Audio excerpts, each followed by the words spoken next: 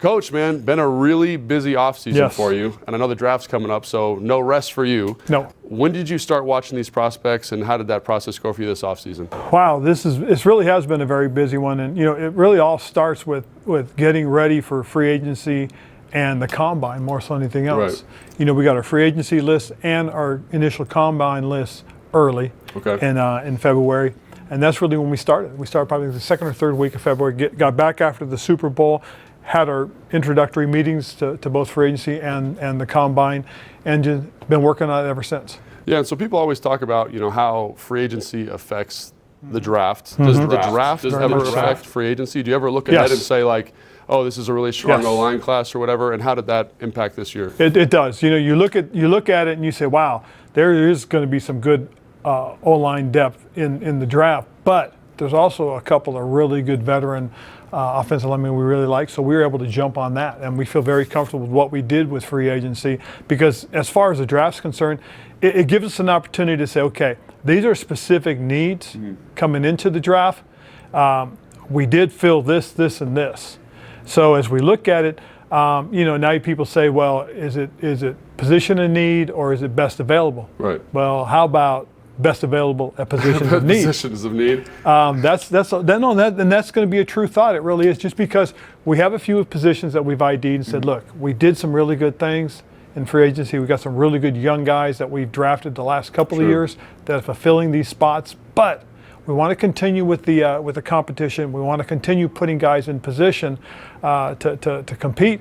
Let's see what's going to be available when we get to our pick, 16 in the first round. Yeah, and you always hear that term thrown around, like maybe best available prospect, best available player. Like, how do you quantify that? Because I think you kind of alluded to something there. It's not necessarily, Bijan Robinson or Anthony Richardson, quarterback, running back, whatever it is. It's kind of also how it fits within the roster too. It does, because again, when you look at what we've done with the roster, coming out of the season with all the injuries that we had, especially on the offensive line, we had to seriously look at fixing that depth, because we got thin. We got thin with guys that are veterans, aged veterans, that we got to say, we can't get in that situation again where we're down 3 at one spot. Sure. So we really had to look at some of the younger guys, younger veterans that were available, and that's why we jumped on some of the ones that we did. And is that something, you mentioned the O-line there. I think you've prioritized position flex for a long time. Is that something you're looking for in the draft as well? Continue to. Yeah. We absolutely did. We did that with free agency. We did that last year in the draft. We did it last year in free agency. So this year going into the draft, yes, we've talked about guys specifically that have the ability to play more than one spot. Are they guard tackles? Are they guard centers? Are they guard tackle centers? I mean, guys like that are invaluable. Well, you got one right on the roster, right? Because Gates played guard, center, tackle, which is a weird resume, right? It's a great resume. It really is. It just shows you the guy's capable, and that's what you want. You want those capable guys. I mean, you could have probably lined up, well, you were probably a Y or a U. I was a Y, yeah. I was a Y. But you got to know the X, got to know the Z, coach. Tight end's got to be smart. Absolutely. You know what I mean? So I was, okay, smart. But so the other thing I want to ask you is, I get a lot of questions from fans about quarterbacks, Levis, Richardson, if they fell to you at 16, kind of working in with that best player available. Do you think there's a shot? Or I think the biggest thing more than anything else is looking at what we have at quarterback right now. We feel very comfortable. We really do. I mean, we like Sam Howell. We love the fact he's going to compete with a veteran guy in Jacoby Brissett. I mean, those two guys give us a solid foundation to begin with. Now you look at, having Jake here and just knowing that he's a solid young backup that's developing, growing, you feel good about that. But if there is a guy that falls, if there is a guy that we want to look at and say, hey, you know what, we had him in, we really like who he is, we had a chance to talk with him, we interviewed him at the combine, we've watched his tape, we've watched his workouts, this is a guy we got to take a chance on, well then why wouldn't we? Yeah. Because again, all it does is create competition. It's kind of one of the Ron Wolf philosophy when he was in Green Bay. And that's how he finds Brett Favre. They draft a guy, they trade. Then all of a sudden they're sitting there and feel pretty good about what they have. But there's a young guy who they like. They make a trade for him from Atlanta. Right. They get Brett Favre, and next thing you know, they're off to the races. I mean, again, you can never sit there and say, we are 100%. Yeah, absolutely. And from an analytics perspective, it makes sense. It's the most valuable position in football, and the more bites at the apple you take, the higher the likelihood you hit on somebody. And let's say there's a guy that's in the second or third round that we like so much that we draft. Yeah. And then we start developing him. Sam is who we think he is, or Jacoby steps up and becomes the guy. Now you sit there and say, well, we got 2 guys. You could always use one as capital and make a move. Yeah, you see teams do that all the time. Andy Reid's done a great job of that over the years. Yes, exactly. Well, again, that's how Andy Reid was able to do some things and trade players away and find the guys that he wants. And again, there's models out there that tell you if you have more than one at that position, you've got something going. Yeah. And so, I really feel good about something like that. Yeah, absolutely. And this is like we mentioned analytics, and running back specifically, tight end specifically are positions that are kind of analytically low value. Like, Bijan Robinson's an interesting guy because he's like this generational talent.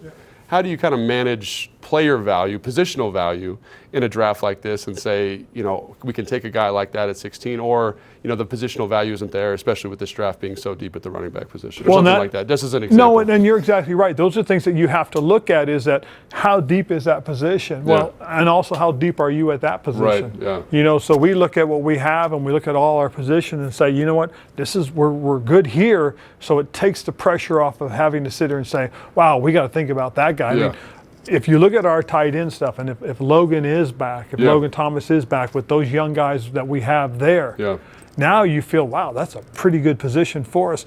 We don't have to worry about the top 1 or 2 guys in the first couple rounds. Now, if a good guy that we've said, man, this guy's got a chance to elevate his game, in a couple of years, let's draft him for the future and let him develop. Absolutely, yeah. And so another thing you mentioned when you talked with Julie earlier this offseason is kind of the process seems to start in earnest like the 2 weeks before the draft, right? Yes. You got your read-throughs, you're talking to coordinators. Yep. Can you talk about what that process looks like and how you guys kind of finalize your big board? Well, this is where we are right now in this process, and like you said, 2 weeks, 2 weeks prior to the draft. Well, yesterday we had an opportunity, and we started the process. Okay, we started with quarterbacks. We started with running backs. We started with tight ends. Today, we're going to take another step on, and we'll be on the offensive side. We'll start with wide receivers, and then we'll pop over to linebackers on defense. So we are now going through these readings. The scouts are listening to us. Our upper management, as far as our personnel, Marty, Eric Stokes, Tim Gribbles, they're in there listening now. So what'll happen is after they listen to the coaches, after what they've done with their scouts and their own reports, they're going to go back in each night and they're going to rearrange the board. Interesting. Based on what they've heard from the coaches, based on what they've done and what the scouts have done, now they start to move the board around. So then what'll happen is once we finish on Thursday with all the positional readings, Friday morning we'll come in and we'll start with the coordinators, whether it's Eric or it's Jack, or it's Nate. We'll start with the coordinators. We'll start talking about where everybody's ranked. We'll talk about what their biggest needs are, okay? And we'll gather all that information, and then we'll set the board as to how we feel that those guys will fit us more so than anything else. Because again, a big part of it is, what is our formula for success? Does that player fit? Does his skill set make us better as a football team? That's a conversation I think is really interesting. A coordinator to scout, but also coach to scout. Can you talk about the differences in approach? Because like in my experience, scouts tend to be optimistic, about upside, and coaches tend to be a little bit more realistic. Can you talk? Is there friction there, or do you find that here on the staff they align really well? Or? I think they align really well because one thing, and I got to give credit to both the scouts and our coaches, is that they talk a lot. That's one of the things I encourage. Well, because again, if I don't know what you want, how am I going to come into you and say, hey, this guy's a great tight end? That's not always how it is, though. You've been in places. But you want that because you want to be able to collaborate. We're not the smartest people in the world because we don't know everybody's business. Okay? I try to know as much as I can because that's what I do. I manage this. I have to understand offense, defense, special teams, but I also have to have a perspective from what are our scouts looking at? What are they grading? Okay, they're grading skill sets. Okay, what are coaches doing? Well, they're grading skill set fits. Does this guy's fit us? And again, we've had a couple of misses in free agency because, again, we didn't quite understand each other's skill set needs or what we see in this guy as a scout compared to what we want as a fit. Yeah. And if you don't have that together, you're going to miss. That and cohesiveness, right? Right. And so we've missed, but we've also hit as well. Yeah, absolutely. I mean, you know, J.D. McKissick was a big hit for us. Logan Thomas was a big hit for us. Why? Because we understood and we came together and we made a good decision. So it's going to happen if you're not on the same page. And that's one of the things we've been encouraging the last couple of years is, guys, make sure you visit, make sure you talk, pop in, watch film when they're watching film with them and the players. That way you can listen, because if you're listening to what a positional coach is saying to his players, you know, like defensive line is perfect. Hey, I love that first step. I love that you're getting vertical into your crease. Now, can you flip those hips there? Can you turn? So now the scout goes, okay, so I'm looking for a guy that's going to be explosive off the ball, but as he's getting into the crease, he can flip those hips quickly. So they now have a sense and feel for what coaches are coaching and what they're looking for in their players. And this year presents a very unique challenge, right? Because Eric Bieniemy is new. He's bringing a new offense, bringing new fits. Like, how does his voice impact that? Well, it's really kind of interesting because yesterday in the meetings, talking about the different positions, the 3 different offensive positions with him in there, and listening to what he sees, I think has really helped. Because when he does his readings, and let's say, you know, he's talking about the tight end position, and he's talking about the need for a true Y, which you know as well as anybody, is the guy that's a little more physical at the line of the point of attack from the line of scrimmage.